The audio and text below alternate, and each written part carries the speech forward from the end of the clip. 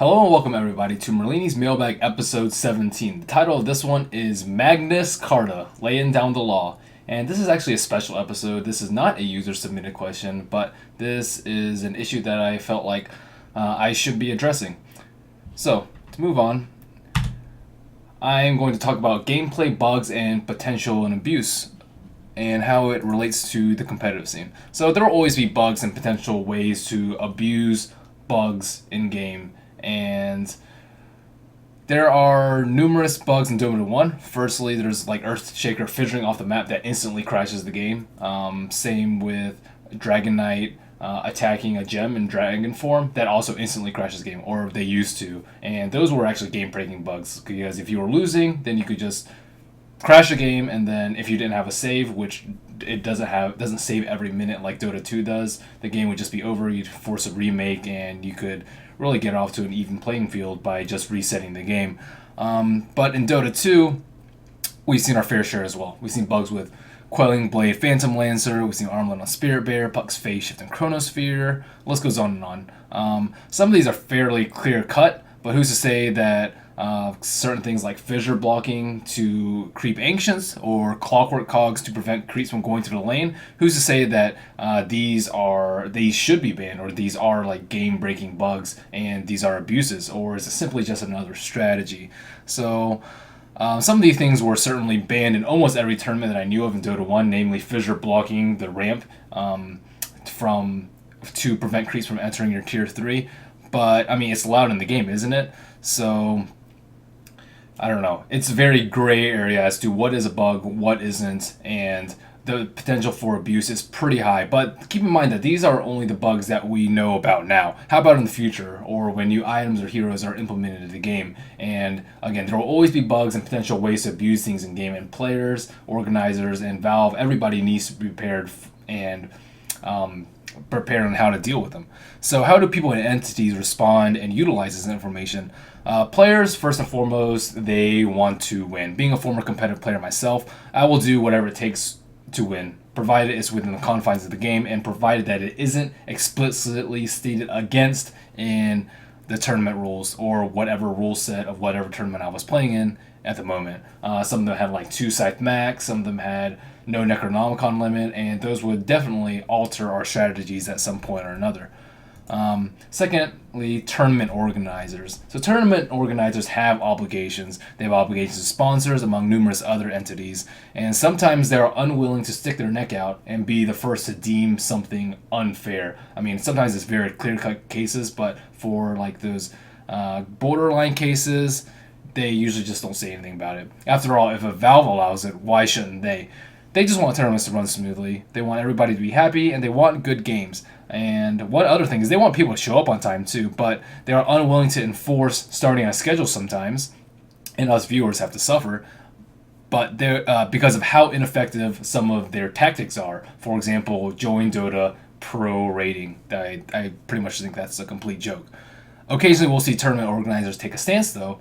But who's to say what is fair and what isn't? Should so-and-so be punished for abusing X, Y, and Z? If so, what should his punishment be? And for how long? Shouldn't these sort of things be standardized? I think they should be.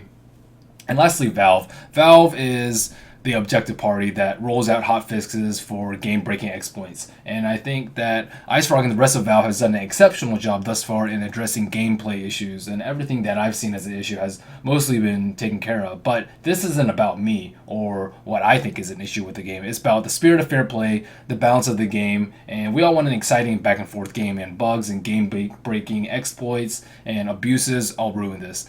And for the most part, simply updating Dota 2 and tomorrow's hotfix or the week's patch is good enough, but occasionally, preliminary, immediate judgment is needed, especially during offline events. So Dota 2 is only getting bigger. It became the number 1 game played on Steam a long time ago, and the game's technically still in beta. Couple that with Valve officially releasing Dota 2 before TI3, the already large player base is only going to increase. So this means more sponsors, more tournaments, more professional teams and players, and bigger prize pools. And these are just a spattering of the tournaments already, and international being the most prestigious, and then all these other ones. One's in Asia, one's in Europe, one's in America. They're just everywhere, and new tournaments are just popping up left and right. And oh, sorry, I wasn't finished with that slide. And two of the events that I've recently taken a part in or will be a part of, the Alienware Cup and the Curse Dota 2 Invitation, are the first events for said sponsors. But if you look at it from the sponsors' eyes, they're just testing the waters. They want to be a part of Dota 2 as if it's as big and popular as everybody says it's going to be. But they don't want to invest in a title laden with game-breaking bugs, a scene filled with drama, nor do they necessarily want constant bickering amongst players, coaches, and tournament organizers. And they want the scene to be professional, to be mature, and as the scene matures, bigger and better sponsors will keep coming to the game. Players will get larger salaries, and winners will receive more from prize pools. Everybody wins, except for League of Legends. And lastly, you have to look out for the players. One of my sponsors went bankrupt. I'm not going to go too much into that, but wouldn't it suck to see your favorite player or team not receive what they deserve, whether it be tournament winnings, salary, whatever. And this happens far more often than the public knows. Occasionally the public does know about it because they choose to release it, but oftentimes it just goes unnoticed by the public, and it's a shame to see that this lack of professionalism still continues on today. And occasionally we'll see teams receive unfair punishment. Usually it's up to the discretion of the tournament organizer, but a due process would ensure that both parties are content with the ramifications of a party's actions. And most professional players today are unprepared to deal with these sort of events, and they need to be protected. And lastly, for the goal, for the Magnus Carta, standardization.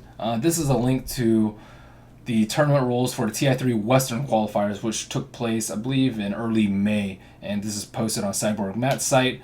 One thing that I really liked about it is that it actually addressed the issue of DDoS, and that was a huge problem with tournaments for, I would like to say, like a month or 2 month period. And oftentimes game would just be prolonged for many hours because players couldn't connect, and they would just constantly be receiving these denial of service attacks, and us viewers would just be like, what is going on? Can they reconnect? Can they postpone it? Like, can they go to a LAN? Like, what exactly is going to happen? And these tournament organizers were unprepared to deal with such a situation. And, I mean, this is what it exactly says. 6.3.2.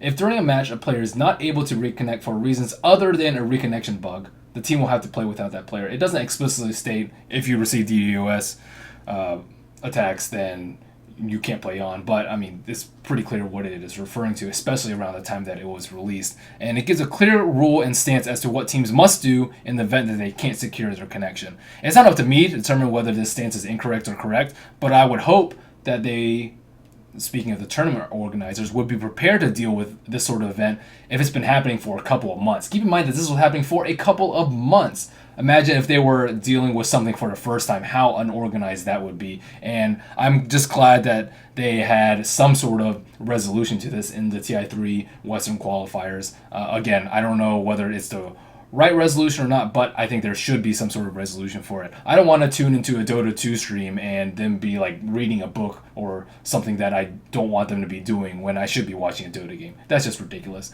And overall, there should be a mutually accepted set of rules and method of arbitration for tournaments. So additional issues that I didn't really get to that are still like pretty hot issues if you talk to some competitive players. Connection / host / server issues. Usually for best of threes, it's just 1-1 and then coin flip. But occasionally you'll have server issues, people will lag too much. A lot of Western players always complain about European delay. That's always been an ongoing issue, even when I was playing back in the day. And sometimes there's equipment issues at offline tournaments, and you have to have a prolonged pause because someone's mouse or keyboard doesn't work. You know, if it's not their own equipment, is it their fault? Is it the tournament organizer's fault? Like, what are you supposed to do about that? Intentional throwing. Roster issues too. So for roster issues for the TI3 Western qualifiers, it was like set in stone. And if you change your roster, you will be punished. Like Valve bumped LGD China down from direct invitee to actually having qualified just because of some slight roster issues, and that happened with some other teams as well. And I'm glad that Valve takes it seriously. It should be taken seriously, and we've had some issues with may or may not have some issues with fake nicking, all that good stuff.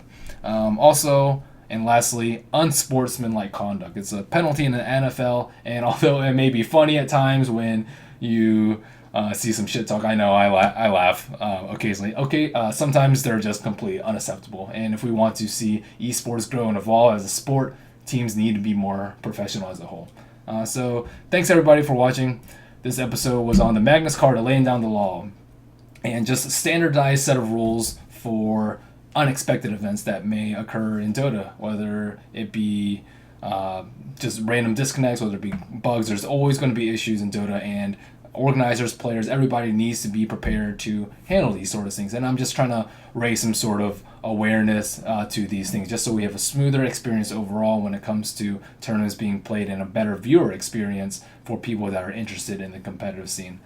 Again, if you like my videos, please follow me at youtube.com/merlinidota, or check out my new website, www.merlinidota.com. I have a calendar up there, and I will be with BTS next week for the Alienware Cup, so I will not be releasing Mailbag episode 18 for quite some time, but keep up to date with me at merlinidota.com. Thanks for tuning in.